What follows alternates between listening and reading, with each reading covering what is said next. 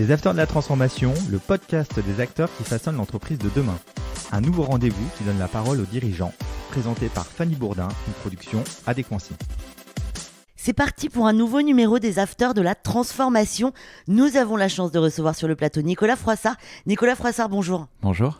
Vous êtes porte-parole et dirigeant du groupe SOS, la première entreprise sociale européenne. Vous nous expliquerez ce qu'est le groupe SOS, mais vous êtes aussi cofondateur d'un diplôme universitaire qui forme les entrepreneurs sociaux de demain. Ça ne vous suffisait pas, vous êtes également membre de l'association Impact France. Nous y reviendrons. Commençons Nicolas par le début. Comment est né votre engagement, le déclic? Quel a été votre parcours jusqu'à l'économie sociale et solidaire? Un peu par hasard. Moi, je suis juriste de formation. J'ai fait 5 ans de droit et je me suis un peu planté dans mon orientation en dernière année de droit et j'avais toujours eu envie de faire de la sociologie. Je me suis retrouvé à faire de la sociologie des organisations à Sciences Po, mais complètement par hasard. J'avais trouvé un petit guide à ma fac de droit d'orientation, sur les diplômes post-maîtrise à l'époque et voilà, j'avais passé un coup de fil à ce diplôme parce que ça m'avait l'air intéressant et ils m'ont pris et voilà, et j'ai fait une année de sociologie mais appliquée au monde de l'entreprise ou des organisations de façon générale, pourquoi ça fonctionne, pourquoi ça dysfonctionne. J'ai trouvé ça super intéressant et puis après le hasard m'a amené à l'économie sociale et solidaire. Vous n'avez pas eu de déclic particulier ? Je me pose souvent la question et en fait je pense que non, il n'y a pas eu de déclic particulier. Je ne sais pas d'où vient cette envie que j'avais peut-être de m'engager. Je sais que au moment où j'ai rencontré le groupe SOS, je travaillais pour une grande compagnie d'assurance parce que j'avais été rattrapé par mon parcours en droit. Il fallait bien travailler, mais j'ai appris aussi plein de choses. Je pense qu'on apprend beaucoup de choses dans l'entreprise et notamment dans les grandes entreprises. Et quand on travaille dans l'économie sociale et solidaire, je pense qu'aujourd'hui, on a la responsabilité aussi d'être professionnel, ce qu'on apprend dans l'entreprise. Mais voilà, au moment où j'ai rejoint le groupe SOS, je m'interrogeais sur le bénévolat, sur les actions de bénévoles que je pouvais rejoindre. Et je pense qu'il y a toujours eu cette fibre-là, mais je ne sais pas vraiment d'où ça vient. Ça fait combien de temps que vous êtes au groupe SOS, justement ? Ça fait plus de 20 ans. Plus de 20 ans, donc vous l'avez vu changer, le groupe SOS ? Quand je suis arrivé, c'était quand même une grande association parce que c'était 300 salariés environ. Aujourd'hui, même si c'est pas une seule organisation, c'est un banc de poissons, le groupe SOS. C'est plein d'associations différentes. Mais aujourd'hui, si on additionne toutes ces personnes qui s'engagent au quotidien, c'est 20 000 professionnels, 10 000 bénévoles qui œuvrent pour une société plus juste. Le groupe SOS existe depuis plus de 35 ans dans une quarantaine de pays, agit sur 9 secteurs différents, compte plus de 500 établissements, actions, domaines de compétences. Est-ce que vous pouvez nous expliquer ? C'est tellement vaste. C'est très vaste et c'est difficile de l'expliquer en peu de temps. Moi, ce que j'ai l'habitude de dire, c'est que c'est un groupe non lucratif. Je pense que c'est important aujourd'hui de rappeler qu'on peut se développer, avoir des activités qui sont pérennes, qui ont un impact sur la société. Et qui sont évidemment bien gérés. Donc le groupe SOS est né sur une idée que je résume de la façon suivante, c'est réduire les inégalités et la fracture qu'on peut trouver dans les sociétés aujourd'hui, partout dans le monde, mais aussi en France, les inégalités ont tendance à s'accroître. Et je crois que la promesse du groupe, ça a toujours été de pouvoir fournir des services de qualité à toutes et tous, y compris et surtout, quelque part, les plus précaires, les plus vulnérables. Voilà, que ce soit dans le domaine de la santé, on gère des hôpitaux, de l'accompagnement du grand âge, on gère des EHPAD, l'égalité des chances, on fait beaucoup de choses en matière d'éducation pour les enfants, notamment en difficulté sociale et familiale. Et puis de plus en plus aussi réinventer le modèle. Donc développement économique local, de la culture qui est très importante pour nous, et vraiment sur l'aspect territorial, comment on recrée du lien, comment on recrée de l'emploi, c'est quelque chose qu'on fait beaucoup aussi aujourd'hui. Que c'est l'avenir, ces entreprises sociales européennes ? Je pense aujourd'hui, en tout cas, que notamment quand on parle de services aux personnes, de comment on peut être utile à nos contemporains, d'action sociale, de lien social, de services rendus dans le domaine de la santé, par exemple. Je pense que les entreprises sociales, les organisations à but non lucratif ont quelque part finalement même un avantage concurrentiel par rapport aux entreprises lucratives parce qu'elles n'ont pas à verser de dividendes à la fin de l'année. Or, quand vous fabriquez des smartphones ou ce genre de choses, les dividendes ont un impact peut-être sur le portefeuille de vos consommateurs, mais pas forcément sur la vie des gens. Or, on voit bien en plus dans le contexte actuel que quand on est une entreprise lucrative et qu'on doit fournir des services à des personnes qui peuvent en plus être en situation de précarité ou vulnérables, si à un moment donné vous avez pour objectif, et c'est normal, les entreprises lucratives ont cet objectif-là, même si aujourd'hui il y en a plein d'autres avec la RSE, etc.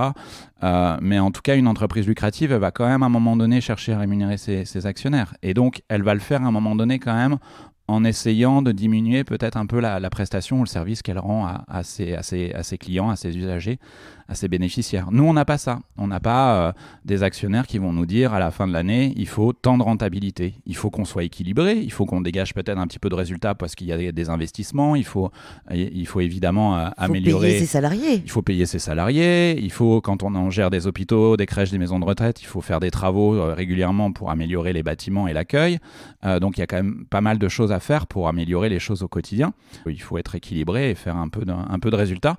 Mais nous, la différence avec une entreprise lucrative classique, c'est que l'ensemble du résultat, s'il y en a, est remis dans la pérennité ou dans le développement de l'organisation. La vision du groupe SOS, c'est lutter contre les exclusions sous toutes leurs formes, c'est trouver des solutions innovantes.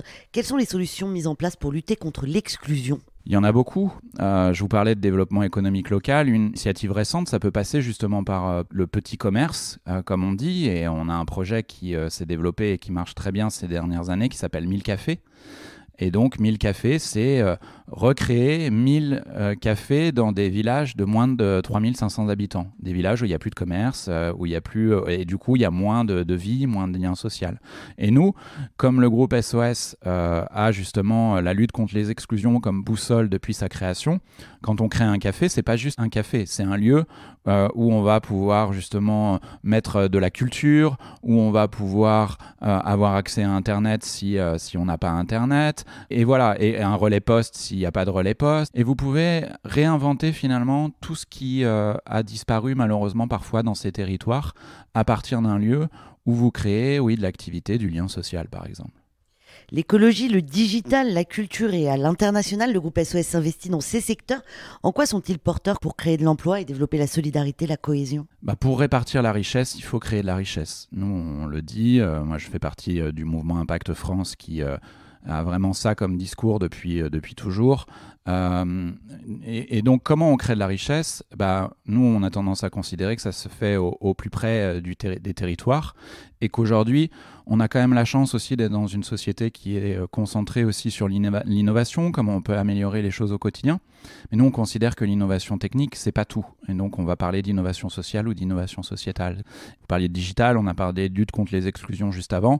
On a créé un dispositif, par exemple, qui s'appelle Reconnect et qui utilise la techno, mais pour lutter contre les exclusions. C'est-à-dire qu'aujourd'hui, on sait que les personnes sans domicile, les demandeurs d'asile perdent souvent leurs papiers. Et quand on n'a pas ces papiers, c'est un cercle vicieux et qui peut encore aggraver la situation d'exclusion.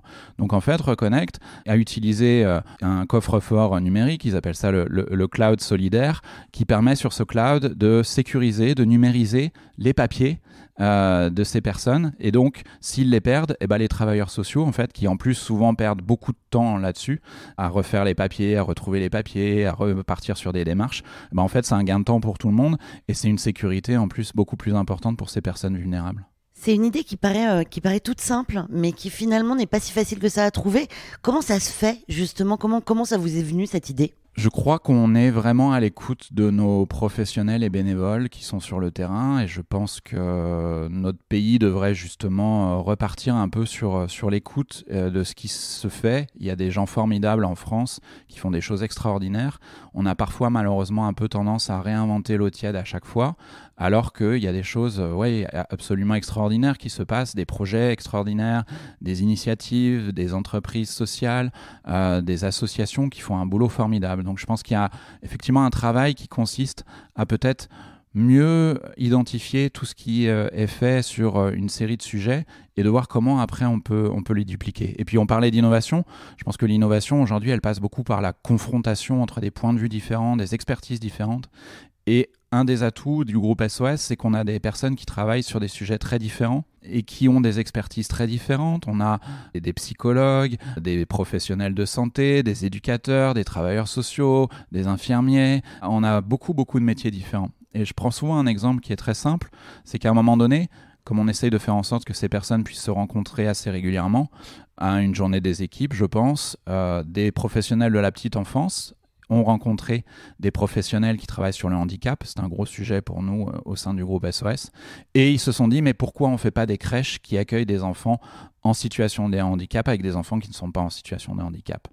Vous le disiez, parfois les idées sont toutes simples, mais en fait, elles ne deviennent évidentes que quand des personnes différentes confrontent leur point de vue et se disent « mais exactement, c'est ça qu'il faut faire ». Et puis après, comme on est dans un pays où malheureusement c'est parfois difficile de faire bouger les choses et que les choses sont très cloisonnées, il faut aussi une organisation peut-être qui a la taille comme du groupe SOS, son réseau pour faire avancer les choses. Et donc on a été parmi les premiers à créer. On a parlé un peu dans notre société d'inclusion. Nous, on est obsédés par l'inclusion dans notre groupe et voilà. Et on considère effectivement que quand c'est possible, faire en sorte que des enfants valides avec des enfants en situation de handicap grandissent ensemble, c'est évidemment formidable pour tout le monde. On va parler un peu de la crise sanitaire du Covid. Elle accentue malheureusement les inégalités, aggrave l'exclusion des plus vulnérables.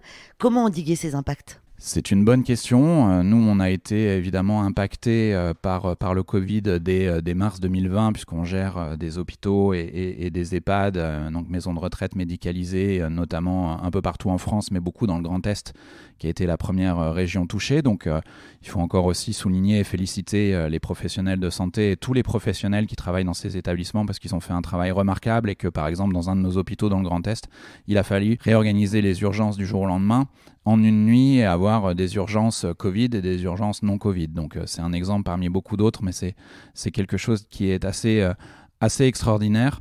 Et sur le long terme, c'est encore difficile d'évaluer quel va être l'impact de cette crise. Mais on sait, et je le disais un peu plus tôt, que oui, la répartition de la richesse est évidemment un sujet central dans notre société de façon générale. Alors après, on oublie qu'on vit aussi parfois dans un pays formidable avec la sécurité sociale. Notamment, il faut continuer à se battre pour ça.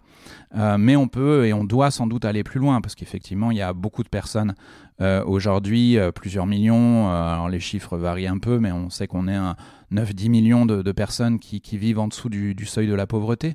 C'est quand même c'est énorme. Donc la question doit continuer à être évoquée dans notre société et débattue. Comment on fait pour qu'il y ait une répartition de la richesse plus équitable ? Et peut-être que ça commence aussi par l'entreprise. Comment on fait pour que l'entreprise répartisse plus équitablement la richesse qu'elle crée ? Changeons l'économie, c'est le slogan du mouvement Impact France, dont vous êtes l'administrateur. C'est un réseau d'entrepreneurs et dirigeants qui mettent l'impact social et environnemental au cœur de l'entreprise. Les politiques des entreprises doivent évoluer. Comment modifier la marque employeur ? Je suis effectivement membre du bureau du mouvement Impact France, qui s'appelait avant le mouvement des entrepreneurs sociaux, qui avait d'ailleurs été créé il y a plus de 10 ans par Jean-Marc Borrello, qui a fondé le groupe SOS. Donc aujourd'hui, je fais partie effectivement des nombreuses personnes qui participent à la vie de ce mouvement.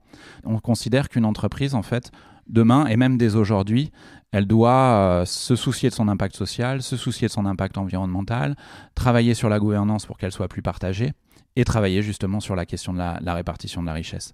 Et donc, se demander si c'est normal, par exemple, que dans certaines entreprises, le patron ou les dirigeants gagnent plusieurs centaines de fois ce que gagne le plus petit salaire, je pense que c'est une question qui n'est pas traitée aujourd'hui dans notre société. Je ne sais pas pourquoi, alors que c'est vrai que la question quand même des inégalités revient assez fréquemment. Et on devrait peut-être commencer par les entreprises qui quand même, elles emploient quand même beaucoup de monde. Elles représentent un budget, un nombre de salariés considérable en France et partout dans le monde. Et pourquoi on ne commencerait pas par ça ? Au groupe SOS, nous, on a décidé que l'échelle des salaires ne pourrait jamais, et on n'y est pas aujourd'hui, le plus haut salaire ne pourrait jamais être 15 fois supérieur au plus petit salaire. Ce qui parfois peut paraître beaucoup pour certaines personnes, mais quand on connaît le monde économique et qu'on compare avec des organisations qui ont notre taille, c'est rien du tout. C'est rien du tout. Et dans la fonction publique, c'est à 1,20 ou à 1,25 maximum. Donc par quel biais rendre attractives les sociétés de demain ? Par la RSE ? Par la culture ? La RSE, je crois que ce terme, on n'en peut plus. Et moi, je fais partie de la convention citoyenne, pas la convention des entreprises pour le climat. Le lapsus est normal puisque c'est une convention qui s'inspire justement de la convention citoyenne. Plusieurs centaines de dirigeants d'entreprises qui se réunissent régulièrement pour voir comment leur entreprise peut mieux lutter contre le réchauffement climatique. Et un des participants avait dit justement, et ça nous avait beaucoup amusé, et à la fois on porte aussi ça, il avait dit il faut arrêter avec la RSE à la papa. Et je pense qu'effectivement, et c'est quoi la RSE à la papa ? C'est un peu le green social washing qu'on connaît, qu'on voit tous encore malheureusement beaucoup, notamment à la télé, dans les publicités. Enfin, c'est encore très présent. Or, moi, je considère qu'une entreprise, pour qu'elle soit viable demain, il faudra qu'elle intègre la question environnementale, la question sociale, y compris dans son modèle économique, dans son business model. Sinon, elle ne survivra pas. Pourquoi ? Parce qu'elle n'arrivera plus à attirer de talent, et parce que tout le monde, et y compris et surtout les jeunes, ne veulent plus travailler dans une entreprise qui ne corresponde pas à leurs valeurs. Ça, c'est pour les salariés. Donc, s'il y a plus de salariés, il n'y a plus de talent, il n'y a plus d'entreprise.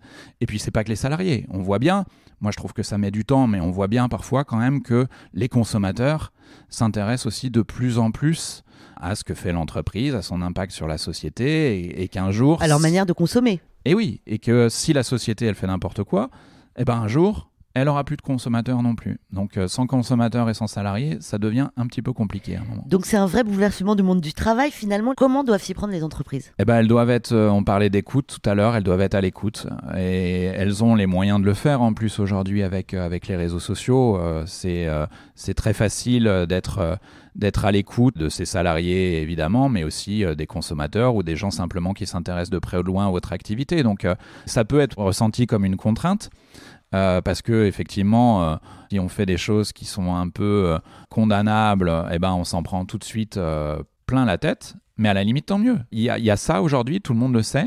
Et moi, j'aurais tendance à dire aux entreprises, utilisez ça comme une force, justement, pour vous améliorer, en faisant preuve quand même d'humilité, en disant là-dessus, peut-être qu'on n'est pas très bon, on cherche à s'améliorer, peut-être que vous pouvez nous aider, est-ce que vous avez des choses à nous dire sur la façon dont on pourrait progresser ? Parce que de toute façon, aujourd'hui, tôt ou tard, les choses vont finir par se savoir. Il vaut mieux prendre ça comme une opportunité. Et c'est Amazon TV, je crois, qui récemment utilisait sa communauté pour dire, si vous trouvez une bonne baseline, on la mettra, la baseline la plus soutenue, on la mettra en baseline officielle. Et ils se sont retrouvés avec une baseline qui, grosso modo, consistait à dire, on va finir par payer nos impôts en France. Et c'est la baseline qui, évidemment, a été la plus soutenue. Et évidemment, ils ne l'ont pas officialisée. Et donc, c'est un exemple un peu caricatural, mais qui montre qu'aujourd'hui, si vous n'êtes pas complètement raccord avec les valeurs de vos communautés, ça peut se finir mal en termes de communication et en termes de business à un moment donné, sans doute aussi. Nicolas, on va parler d'une initiative positive, une de plus dans votre carrière.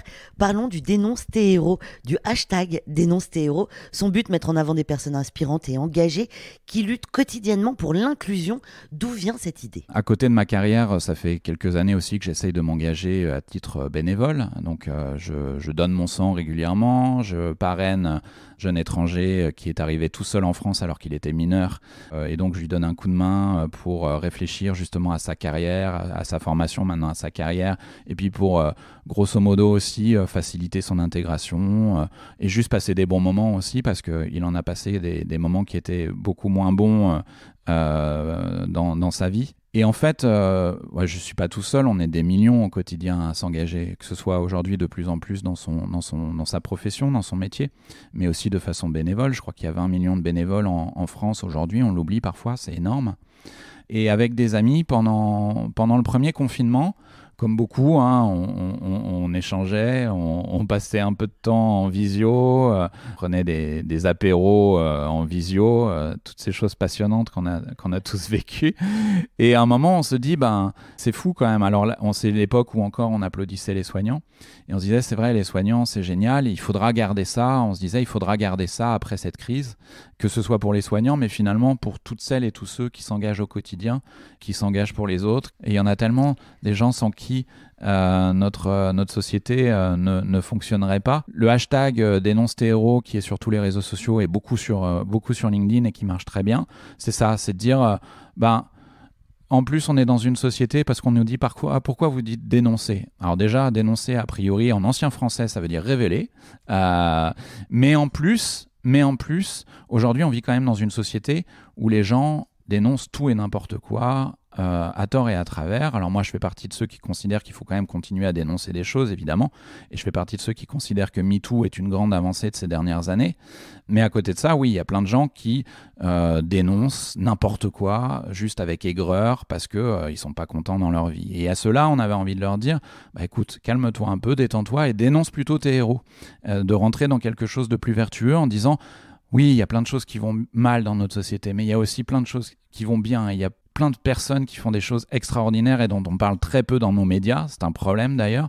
Donc comment on fait pour révéler effectivement tous ceux qui font que sans eux, la société ne marcherait pas, parce que ce qu'ils font dans leur boulot, c'est hyper utile, ou parce que à titre bénévole, ils font aussi des choses extraordinaires. C'est ultra important de le dire. L'interview touche à sa fin, Nicolas. Je rappelle que vous êtes le porte-parole et le dirigeant du groupe SOS. Merci beaucoup d'être venu sur le plateau des Acteurs de la Transformation. Merci pour votre accueil. J'ai passé un très bon moment. Pour nos éditeurs, vous pouvez retrouver tous les podcasts des Acteurs de la Transformation sur vos plateformes d'écoute préférées. À la semaine prochaine. Les Acteurs de la Transformation, une émission à réécouter et à télécharger sur adconci.com et toutes les plateformes de podcast.